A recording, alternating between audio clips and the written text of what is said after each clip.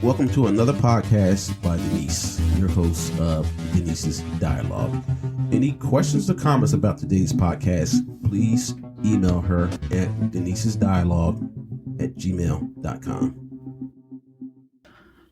Hi, this is Denise. Today we're gonna start. We are basically just gonna be talking about nonsense. So, because Morpheus Black is here with one of his stories, because he always have stories. It's not necessarily a story. It's in the last podcast a long time ago, I mentioned that a bondsman wanted me to go pick up this guy down in Little Haiti for $10,000. Oh, okay. And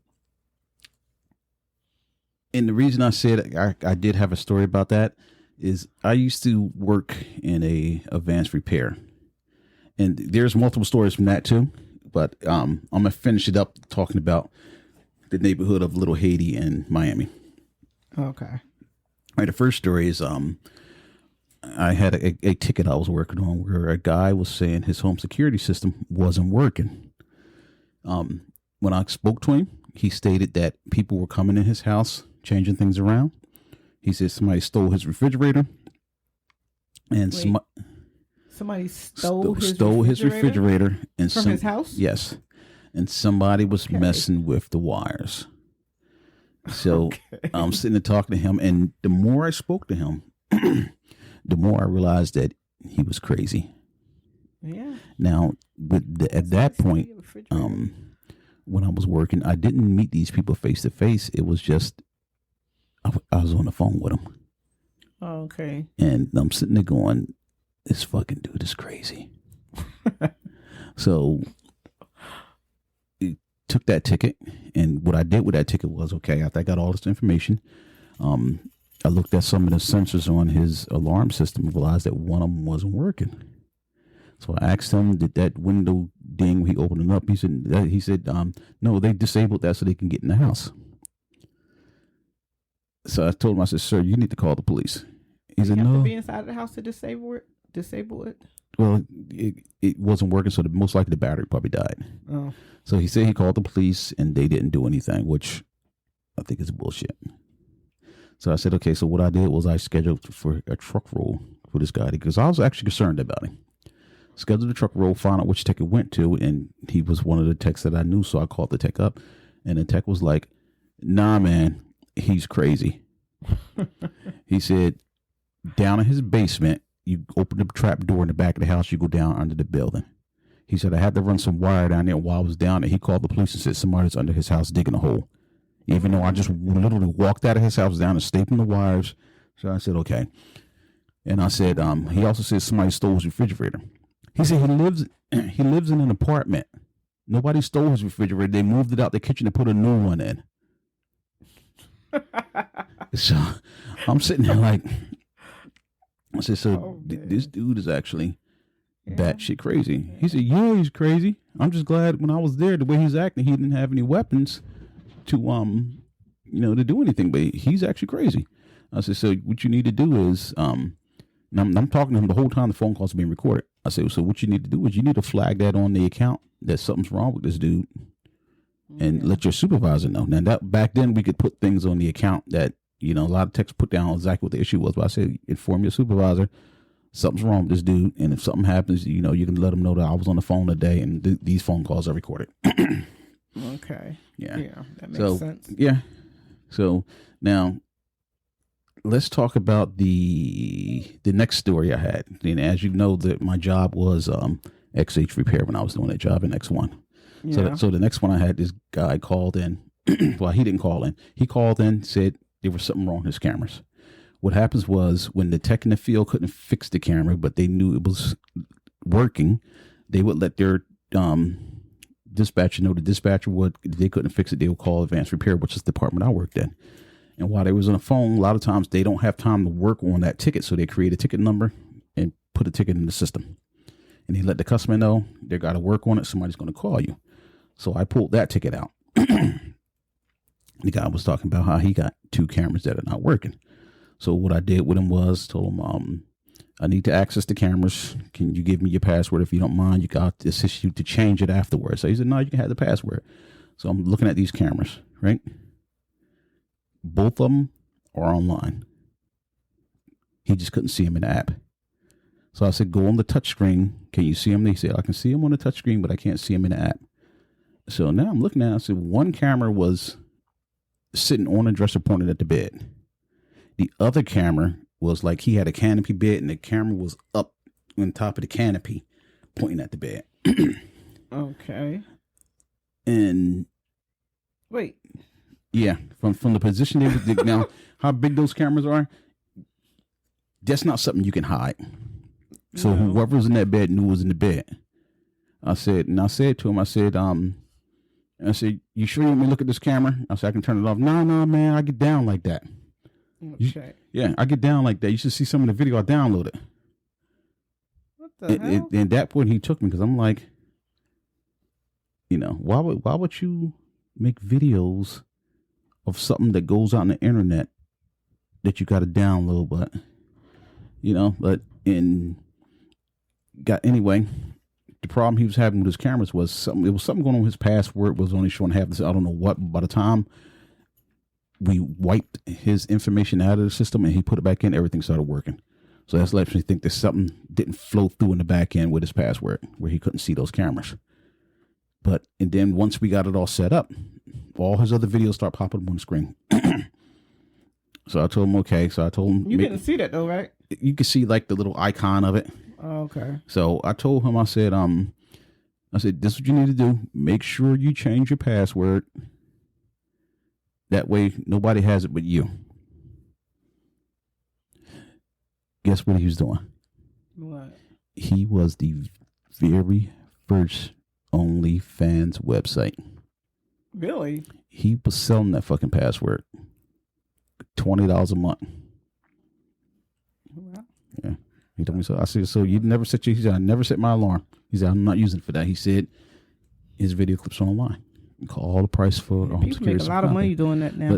But he will sell you the password for $20 a month, and you can go on there and download the video clips, do whatever you want to do with them.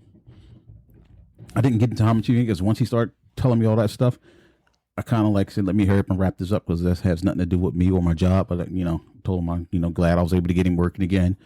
Is there anything else I can do for you? And he was like, nope. And that was it. That was it. Wow. Yeah. So he was the first only fan person. Well, he made a lot of money doing that now. Well, I'm thinking if he would have thought about that ideal he had at the time and rolled on it, he probably could have been one of the persons who launched OnlyFans. Yeah. And now the last incident, Little Haiti. Now this is the reason I said when we was doing the a long time ago story is I said I have another story about Little Haiti in Miami. Got another ticket for home security, right? This guy, he was concerned about from the time his alarm goes off till the time the police are notified, till the time the police get to his house. So he was concerned about that. He was upset about that. So I'm working this ticket, and I flagged this ticket as I need to get more information. I told him I would call you back. So I flagged the ticket to put my phone in. I think it was called standby, something like that, where you didn't receive new phone calls coming in. Because between the phone calls coming in from the regular people that needed help, when you didn't have no calls, you worked these tickets, right? Okay. So what I did, I called the monitoring service and asked them, I need to bump the time down from the time the alarm goes off this guy's call. So they bumped that down to 10 seconds, I think. It was like 10 or 15 seconds from the time the alarm goes off till he gets a phone call. Asks if everything's okay. Now, the problem is when they called you, you say, hey, everything's okay. I just can't shut the alarm off. And they're going to say, like, what's your passphrase? Yeah. If you give them your code and you don't give them that passphrase, they're going to say, thank you very much and call the police. If you give them the passphrase, they're going to say, thank you very much. That's going to be the end of it. Or like if you're in trouble at your house, they call for the passphrase. And let's say your passphrase is contractor, looking at that box over there. And you say, oh, my passphrase is flowers. Thank you very much, ma'am. And they're going to hang up, but they're letting the police know that somebody's in the house. You're under duress. Called this guy back. I said, okay, the monitoring company's going to call you 10 seconds after that alarm goes off. So when it goes off, you're either going to tell them your passphrase or you tell them a fake one. And how soon before that happens does the police get here? I said, that I don't know. But if you tell them, if you don't give them the right passphrase, they're going to call the local police. And they're going to dispatch you to your house. So he said, from the time the alarm goes off, it's going to be 10-6. They're going to call me. So I said, yes.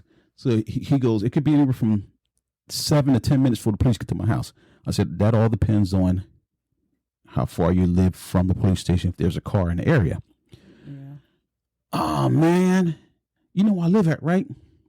I said, it shows you live in Miami. Man, I live in Little Haiti, Miami. Man, by the time the fucking police get here, I could be in the trunk on my way to a boat. Okay. He was a drug dealer. And his concern was his competition catching up to him. Oh, my God. Yeah. And the only reason I found that out because another tech worked on the ticket, and he had a longer conversation with him, a more common conversation. But when I worked the ticket, his concern was that when the alarm goes off, somebody kick the door in, come in his house. By the time the phone call comes in, he's already been shoved in the trunk, being taken down to a boat. Taken down to a boat. Yes. Wow. And he lived in Little Haiti, and that is known for violence there. Yeah. Yeah, this little crap that's going on over in Philly is nothing compared to what's going on down there. But, yeah, in Miami, and they be going to Cuba. And yeah, and that's the thing. I guess he was concerned that he'd be in a boat on his way to Cuba. But that was a concern. But I'm sitting there like, if you have that type of concern, I'm quite sure there's alarm companies that dial directly in. Yeah. You know, like if a bank alarm goes off or a store alarm goes off, normally that's not going to be a phone call to somebody that runs a business. That's going to be police coming right away. So yeah. I think you need to pay for a better security system. Yeah, if you're doing all that. Yeah, to where it's going to dial the police directly versus what you got. And he had cameras, and he wanted to know how he could get a camera to go down the street so he could see who coming down his block. I said, if you that paranoid, you need to get out the game. Yeah, he was real paranoid. Yeah, he was real paranoid. So you need to get out the game if you're concerned about who coming down your block. And just by talking to him alone, he wasn't concerned about the police coming to his house. He was concerned about somebody else. Yeah, he was concerned about rivals or whoever coming to the house. But, if you're paranoid, you need to get out the game. Absolutely. But that's the reason I said with the other story a long time ago that I had another little Haiti story. And that's what it was about this guy who's paranoid, thought he was going to get killed. Wow. That's crazy. Very. Well, do you have any more before we wrap this up? Nope, that's just, I want to bring up that little Haiti story that I had. You always got something. Not always. Yeah, you do. And there's some things that if you was to see me after some of my jobs sitting in the truck talking to myself, sometimes I hear some of the conversations that me and Mikey and Stanley has, you'll be amazed. So, Stanley is the one with the big baby, right? Yeah, Stanley got the big baby. Oh, gosh. Okay, I guess we about to wrap this one up. Unless you got another one. Nah, I have nothing else. So I want to thank everybody. Yes, thank you for listening because he always have a story. Feel free to tune in again because I'm pretty sure that's going to be something else. No, I'm done. I have no more story. I'm going to stop paying attention to people when I go to their houses. You can't help yourself. You know what? Because how do you not pay attention?